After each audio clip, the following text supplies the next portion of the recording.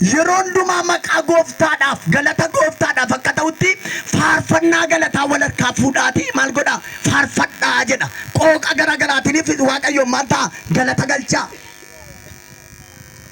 Qaamni namoota baay'ee kireeffamaadha. Namni mana kireeffatee keessatti nafu na dhaggeeffadhaa utuu gara koo taatanii gaariidha. Namni mana kireeffataa yoomiyyuu abbaa manaatiin mormeen beeku. Hankooti inni kun jedheen beeku kireeffatan. Waggaa 20 keessaa jiraatu, waggaa 10 keessaa jiraatu manichi maal qaba? Abbaa qaba manichi. Mana abbaa qabu kanarra dhaabatee lakkii kan kooti jedhee ittiin falmuu hin danda'u. Maaliif? Ana duukaa jirtu? Maaliif? Kireeffatee gale kan isaa miti. Pilaaniin manichaa kan namicha sasanaati. Dizaayiniin manichaa kan namicha sasanaati. Namni dhufee kireeffatee gale kun lakkii kan kooti jedhee namicha abbaa manaatiin falmee yookaan mormeen beeku. Paawulos boqonnaa kanarratti egaa jedha. Akkamitti akka deddeebitan haleelaa ilaalladhaa. Jaalalli gooftaa isa kama akka ta'e jedha. Jaalalli gooftaa isa kama akka ta'e. Mi'eeffadhaa ilaana malee wallaaluutan ta'ina. Dargaggeessa harmooti abbootii ergaan qaba. Namoonni baay'een jireenya isaanii karaan ga'anii qoshashaa maxxaramaatti gataniiru. Namoonni baay'een jireenyi isaanii kun bu'aa Waaqayyoo akka hin taanetti fudhataniiru. Harranni isaanii luugaman qabu. Nagaama garaan isaanii qabaan qabu. Jireenyi isaanii qabaan qabu. Sababa kanaaf dargaggoota baay'ee dhabde waldaan keenya. Dargaggoota baay'ee dhabde waldaan Biraana Kiristoosii, waldaan Pirisbeetiraanii, waldaan Obbolootaa, waldaan Makaana Yesuusii, waldaan Ekelee nama baay'ee dhabdeetti gabaa keessa badde taate. Gaafa faarfannaa sitti kennu waliin makaa sitti laanne Waaqayyo. Lallaba gaafa sitti kennu, raajummaa gaafa sitti kennu, anu jaarsa waldaa ta'ii gaafa siin jedhu waan waliin makaa sitti kennine Waaqayyo situ balleesse malee. Otoo nameen jedhaa isiniin jedhe yoo ameen hin jettan kanaaf annis ani jetti nama nu baasu. Bubbullee irratti dinkii waggaa 24 iddoo aarsaarran dhaabbataa jiraatu. Nagaama. Akkamitti akka deddeebitan haleelaa ilaalladhaa. Jaalalli Waaqayyoo maal akka ta'ee jedha. Qooqa garaagaraatiin macha'a malee waan biyya lafaa qoy harka kee urgaa sergaan dubbadha. Isa machii hamaan si guute kana si keessa dhangalaaseera.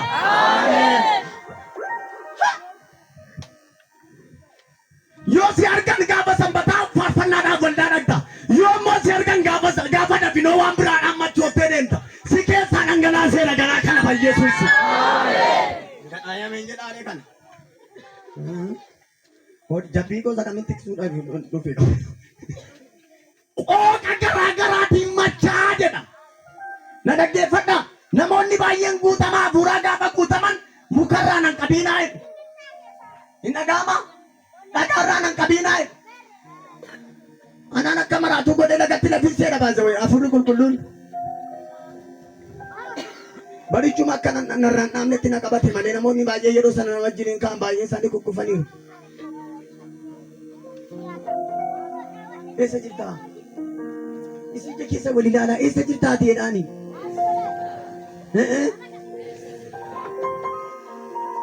Haadha furri keessa yoo fayya malee ta'u fooniin kaleessa fayyitan hin moolsa. Yoo furri fayya fooniin fayyuun salphaadha. Qooda waan biyya lafaatiin machooftan haasaa biyya lafaa ilaalcha biyya lafaatiin machooftan hafuura Waaqayyootiin machaa. Machiin hafuura biyya qabu waldaa keessaa waan baqateef namoonni baay'ee waldaa keessatti wal fixaaru. Iddoo waldaa kiristaanaa waaqeffannaa Waaqayyoof ta'e iddoo ajajaa, iddoo hannaa, iddootti namni dhiiga wal dhangalaasu ta'eera. Paaster Wangeelaawi Raajii Faarfata hin ta'an akkasitti. Hin jaalataa Waaqayyoo jireenya tamma keessatti. Akkamitti deddeebi'aa ta'a? Isiin ija keessa ilaale akkamitti deddeebi'aa jirtaa jedhaani. Waaqayyoo kafana keenya miti jireenya keenya barbaada. Fadhee bareeduun koo kun isa keessaan ta'u taanaa Waaqayyoof homaa miti. Hin dhaga'ama. Furdinni koo qal'inni koo Waaqayyoof hin ta'u taanaan homaa miti. Na dhaggeeffadhu qabeenya Waaqayyoo sirraa qabuun sitti hima. Anu hin dhaga'ama. Bilbilli keessan gaafa dhagaa fide maal jedhaa hoon sinitti bilbile. Maqaa gooftaa Yesuus. Gaafa kennaa hin dubbatta malee dhugaa dhawaatti dhugaatilee garaacha qonnaa kana taanaa dhiisee anis dhiisee bakka mootii isaanaa galeera mana fita maamaa isaa qabadhee sin tajaajilaa waaqannatti dubbata. Nagaamaay bilbilli kee gaafa cufe maal sin jedhu gurbaa dubbatu abbaa gootan maal jedha cufaadhaa jedha maaltu keessaa dhume gaafa kun si keessaa baatee waati du'aadhaa sin jedhu bakka akkanuma. Nagaamaay koi qabeenyi waaqayyo qabu kanuma sirkaa bakka dhume hongeenni tuullaa kun gadi dabalama gaafitti. Yeera deebineetti gadi deebi'ee achitti gadi dhiitanii gaafa si awwaalanii na dhaggeeffadhu. Dargaggeessa nana dargaggeetti waaqayyo jireenyi keenya qulqullummaatti hin jiru taanaan jaarsa waldaa ta'uun keenya waaqayyoon fayyadu. Nagaama jireenyi keenya dhugaa hafuuratti hin jiru taanaan paastariin keenya waaqayyoon hin fayyadu. Paastarummaan keenya jireenya keenya barbaada waaqayyo harka wal qabadhaa jireenya kee barbaada waaqayyo jedhaani. Maal jettanii jireenyi kee waaqayyoof hin jiraatu taanaan waldaa dhattee faarfachuun kee maal fayyada?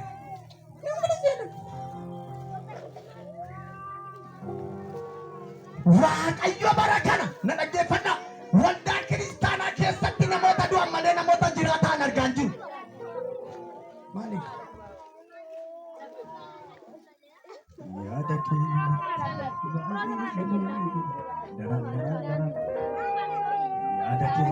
baay'ee tajaajilu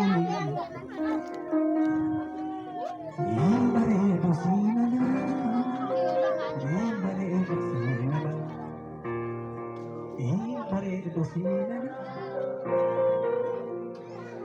namoota baay'eetu nama ajjeesee kiisii keessa kaatee deemee waldaa dhaqa na dhaggeeffadha. Namoota baay'een nama ajjeesee lapheesaa keessatti du'aa baatee waldaa dhaqa. Waaqayyo immoo qabanni jedha waaqayyo. Maattu harka namichaa keessa jira. Maattu kiisii namichaa keessa jira. Innoo maalitti jira? Ililleetti jira. Waa'ee nama tokko isinitti bula. Kain abini najese arsa ko pesura hallelujah chura nagaba hallelujah abini hallelujah namagi mate chumar badde nani arsa fide nufte jene wa anani monatta chahe e achi garagale abate waga nagama hinceetaa bartanii ani immoo hinduutaan sitti lallabaar du'uun keenaaf hinxni jetta malee dhugaadha. Innaatanii warri waddaa jajjabaadhaa inni dhufu deebi'an eessayyuu hin dhaqan. Ispeeshaalii ammar'aatti macaafa qo'adheen tajaajila jedheen beeku umurii waggaa kana gooftaa tajaajilee.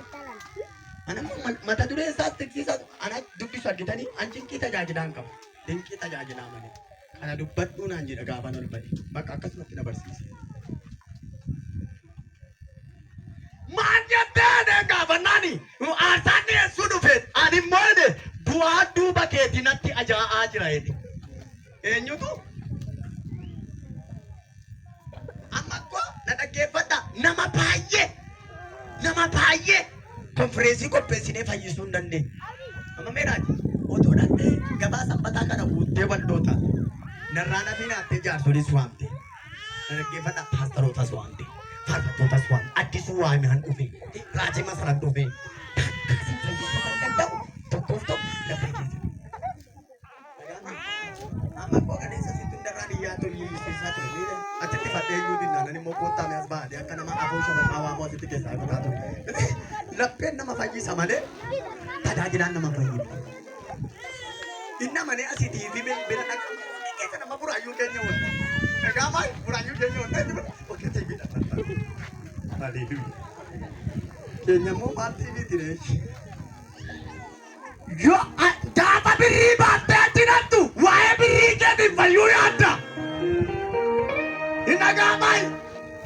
Asitti immoo waan tola ta'e botona bitta sitti qabsiise yoo ameen jettu ati. Imboose.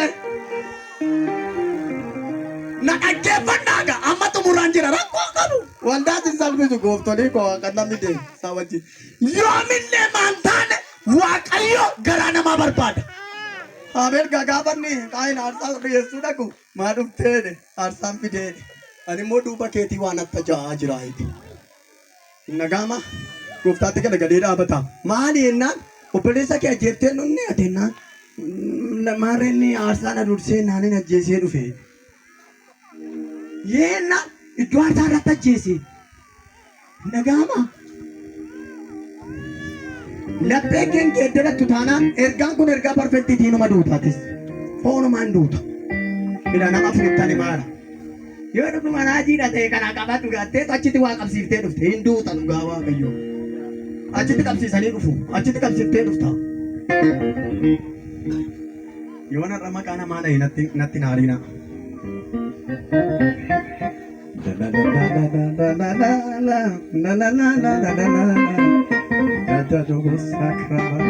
Harka wal qabadha. Ajjeeftee dhufte moo jedhaani? Waan jiraa fiddee dhufteedha. Du'aa kee moo fayyaa kee tas ta'aa jedhaani ammamoo? Maal jettan? Harkicha akkuma qabdeetti ol kaase. Isa hafuura kee ajjeese kana sirraa ajjeeseera irraa kaase.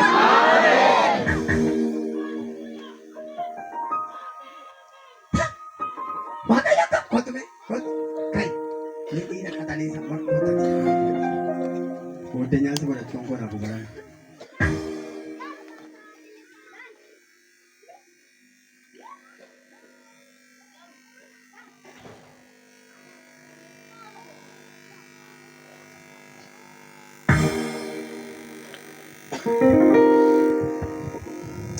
Ante ani andi koona dabbara maama.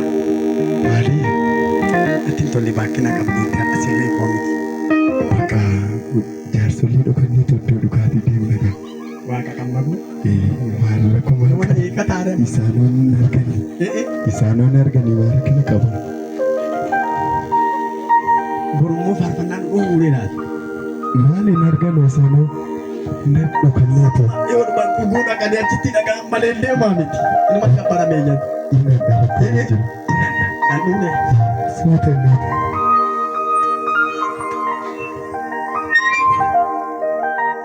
Maana abbii amma koo faarfannaan kee namaa gatii hin qabu. Waldaan kun akka seeraattis waan hin qabneefi kataan itti hojjetaannee guuraa jiru. Fayyada. Innumna yoo kun wata ulfaate biyya biraa jijjiirre yookaan gotti ganna yookaan addisa maatti nu argaa jirti. Adda biraa deemnee rakkoon hin jiru. Asis yoo deemne asis yoo nu dhoowwan adda biraatiin. Maal waldaan biraas hoo jira? Gotti bakka.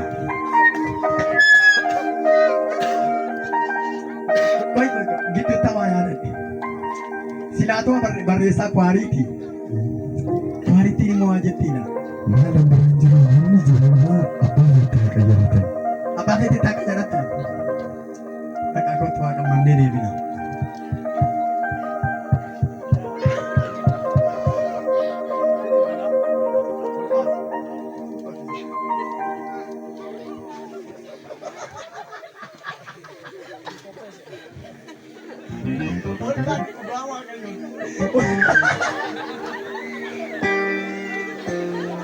Perete amma dhugaa waan isin argaatu. Olkaatiin jedhe olkaatiin. Ante anaanoo dhatti dhufaa jirtu yoo anoo hin beeku har'aa'u. Maa naagamteetti. Jajjabeeddoo sun dhokka dhufsa immoo si arga. Jajjabina maal qabdu? Jajjabina maal qabdu miti siqilatu. Deemisi jedhe dura. Jaanjaawee isin nageesse. Sinna geesse dhagaa manni. Sinna geesse manaan naquu karoora qoomiti. Santi dadhabeen tarii maala godheen. Maala keessa. Waan keessanii achitti diina walitti ta'anii moontaan. Gaafa dhaqxu fira fakkaata gaafa achi baatu garuu diina.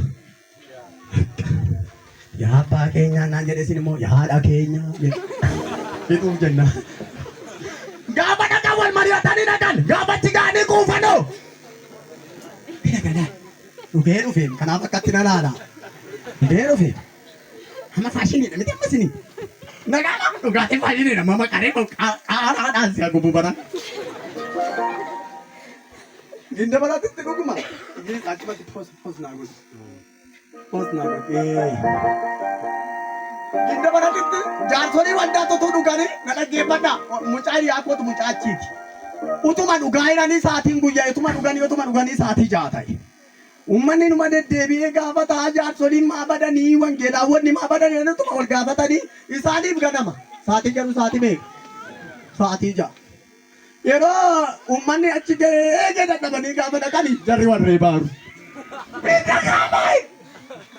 Waaqatitti na dabaala. Dhugaadha quuftuu waldaa keessaa barana Waaqayyo anangaasaa fudhatee ka'eera. Kan dhugaattu jirtu ameen jedhi Yesuusiin. Waldaa isaa hin kabajata Waaqayyo. Harka keessan ol kaasa waldaa isaa hin kabajata Waaqayyo jedha. Inni battu sii wayyu waldaa isaa hin kabajata Waaqayyo jedha. Kabajata Waaqayyo waldaa isaa. Si malee jiru. Eebiyaasi koona malee namni jiru na si malee nama kuma torban qabaye. Nagama orma keessa ortodoksii warra harkan laatiin protestaantii otoo hin ta'in musliima warra harkan laatiin waaqeffataa warra harkan laatiin iyyuu baay'ee qaba waaqa baay'ee moof hin tuulin jaarsa waldaa waan taateen faarfataa fuutee mataa isaa garuu guddee hin guddattu hin jedhin si malee nama baay'ee jira ganaa kan dhalatiin jiran. Nagama si malee nama baay'ee qaba waaqayyo amma Yoosee waaqa irratti koorennaani gadi taa'i nama biraan kaafadhaa'edha. Nagama gaafa dhannee jaarsa waldaa taanu namni amma keenya ga'u hin jiru gaafa faarfataa taanu namni amma keenya hin jiru lafa balleessinee. Nagama lafti gabaan hin ga'u waldaan hin ga'u maal faarfataa dhaga barreessaa ta'e harka barreessaa ta'e namni amma isaa kooru jiru hafuura kana sirraa haa cabsu waaqayyo. Ameen jedhi si fayyada sirraa haa cabsu gooftaan. Jaarsolii waggaa 3 irra turtuuf jettee lubbuu nama baay'een ajjeesiisi gaafata waaqayyo. Nagama waggaa 3 baattee taangoo waggaa 3 baattee kan akka goji amma marratti wal lolaa jiru buna waldaa keessaa jedhanii warra biyya kanaallee mitochi gabasan. Haadha garaa tun biyya biraa ta'e hin dubbadhu akkanatti dhugaadha. Garaa kee harka wal qabadhaa garaa kee abboommadhoodhaani. Kan akka afaanii fi kan akka garaa namaatti ta'e. Nagama garaate harabaa wanti taadha nama garaate boomman dhugman jedham yoon akka taasee malee fayyu lafti keenya sinitti dandamne sinii jisiifnee dandee ormi akkana siniin jedha ormi jeetan si tajaajila yoo ta'an immoo lafa kooti yoo lafti kuwa baaname na gaafata Waaqayyo boru. Nagama goota harka keessan ol kaasa abaarsa kana sirraa ajaja. Guyyaarraa kana kaasee abaarsi garaa keessatti galee sirraa kan du'e haa ta'u. Sagalee dhageessisa ani nan fayya jedha. Har'aa kaasee hafuura fayyummaa garaa keessa ajajeera. Na dhaggeeffadha. Ergaan dubbadha. Sirriitti naasa. Walaloon natti dubbata gaa'ela kunoo na jalqabsiiseera. Daran naa goota naan jalqabe. Itti yaadellee dhisaanii. Argeera gargaarsasa wali wajjin hin qabnaani ani Waaqayyo irra deddeebi'een jedha booddee deebi'een shakku hinuma joorta lafa Waaqayyo si waamu dhiiftee akka garaa keetti jiraatta ajaja Waaqayyoo tuffattee joorraa qalbii qabne wangeelli kan jenni kan hin jijjiirre si malee nagarre kan Waaqayyo didee ammarraatti dabame. Natti si deebii siin jedha Waaqayyo uumaan kee lakki abboommadhu hin duutaa garaa kee. Boo'icha dhaqan kumne adaba akkan seenne eeggadhu lakki Waaqayyo sidhaa akka salphinatti hin buune. Si waama sagalee Waaqarraa dhageessisee mucaa koo sin barbaada maattu fuula koo duraa si balleessee jedhee sitti dubbata dargaggeessa dhiira xinnaa guddaa Waaqayyo lakki amma mar'atti si barbaadaa jira. Of deebisi deebi'uu kee barbaada maaliif otoo beektuu iddoo aarsaa koo balleessitaa jedhee natti dubbata sagalee sanaa ergee ijoollee kootti natti minni kun ga'ee kee jedhee na ajaje waan na ajajame raawwadha lakki dafii deebii bor boo'ichadha lakki dafii deebii borii salphinadha.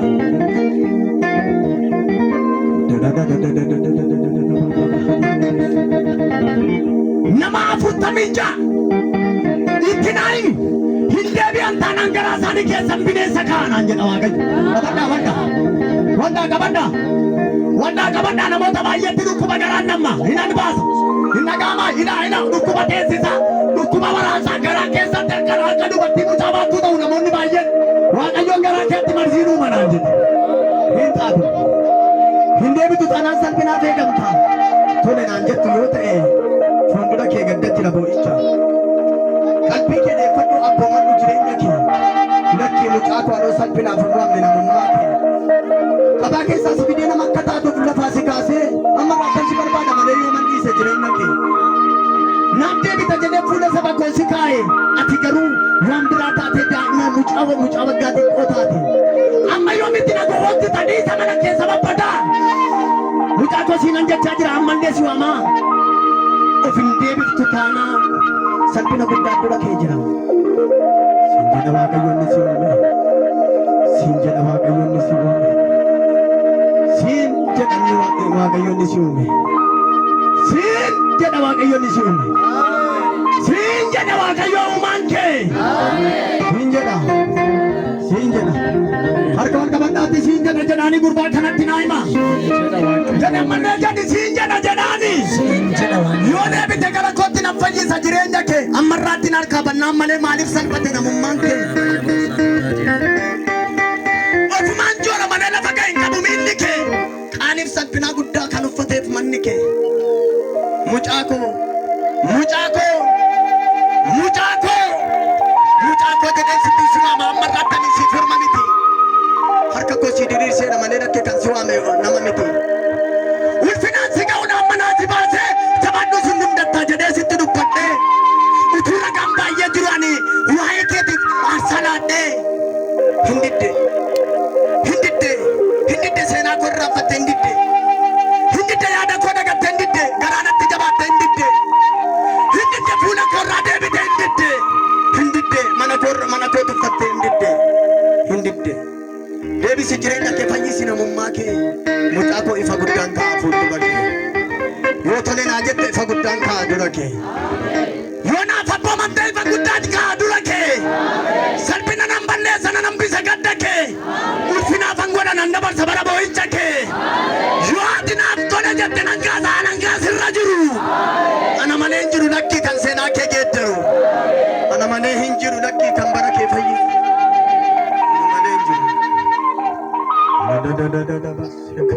Infitinaan jechaadhaan ala kitaaba waaqarraan dubbisaadhaan. Hinuma boossa dhalakichuutti dhabde. Hinuma boossa manni kee diigamee jireenyi kee badee. Hinuma boossa ammarraatti yoo boqotte. Hinuma boossa guyyaa tokkoon gammanne barattee iddoo yaadde hin geenye. Hinuma boossa qotattee naammanni hojjetattee nyaanne. Hinuma boossa. Kanaan dheerate gaddi kee hin baay'ate barri deekkamsa kee maaf garaanatti jabaattee maamna duraa baqate miilli kee. Tole na oonaa jette sittan deebi'a. Tole oonaa jette deebi'een si ijaara. Tole oonaa jette deebi'een si gargaara. Tole oonaa jette dhala kee fannaa badha. Tole oonaa jette fuula koo si deebisa. Tole oonaa jette dhala kee nan eebbisa. Tole oonaa jette boojuu kee nan deebisa. Tole oonaa jette nagaa kee nan deebisa. Tole oonaa jette.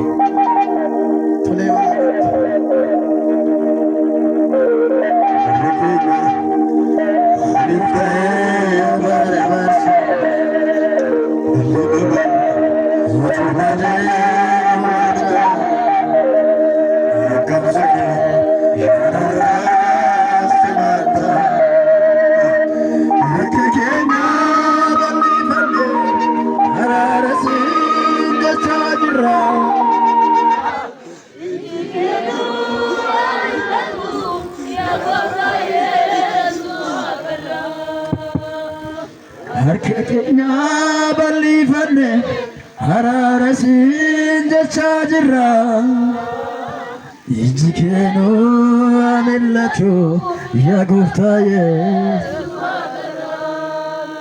marikenya maliftaye barabarsa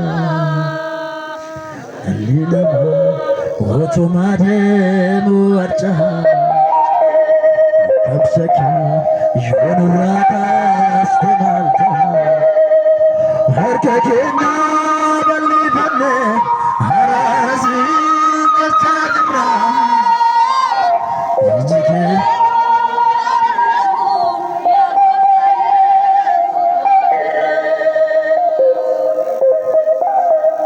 Nasoba nanjana Waaqayyo sabi ko nasoba.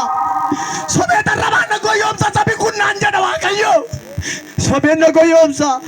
Nannabe garaa nama tokko keessi isaa bineensa. Nannabe laphee nama tokko keessi isaa bineensa.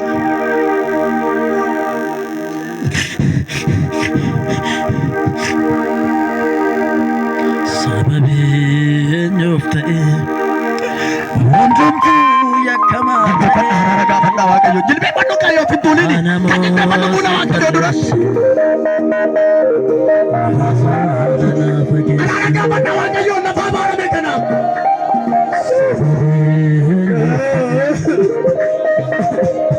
hundumtu yakkamaa ta'e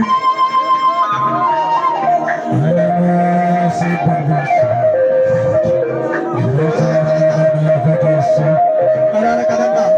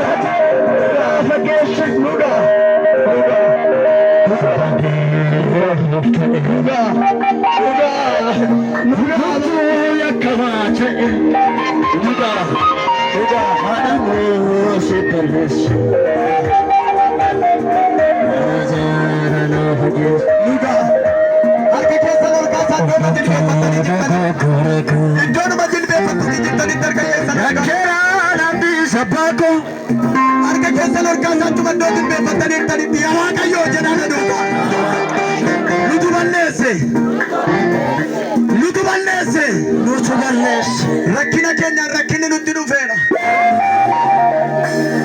Rakkinni keenya rakkina nutti fideera.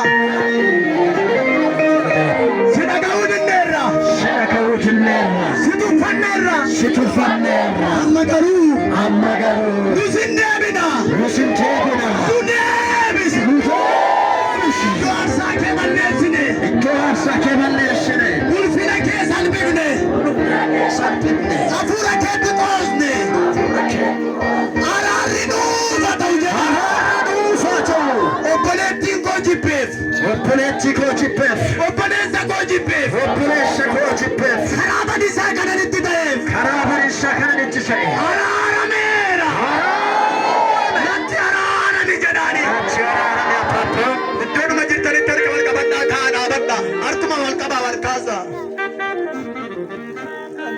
Abbaa Naduukaa faarfannaa kana dhagaa jedhaa faarfadha. Harka koo sittan fudhadhe gargaarsaaf sittan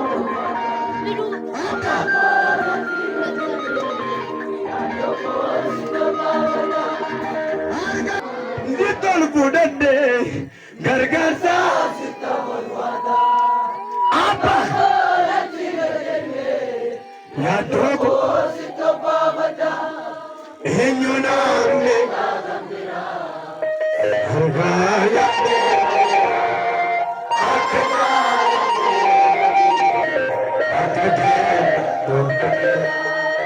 eenyu naamne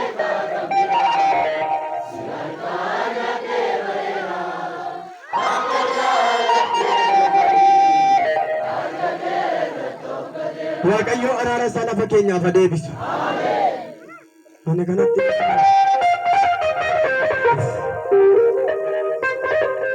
Waaqayyo araara isaa nuuf haa deebisu. Kanaafuu Waaqayyo gara keenyaaf haa deebisu. Mee kottaa amma itti wajjin wal dhaba qabdan qalbii keessan duubatti deebitanii qalbii keessan geeddarachuu barbaaddan fiigaa gara kottaa.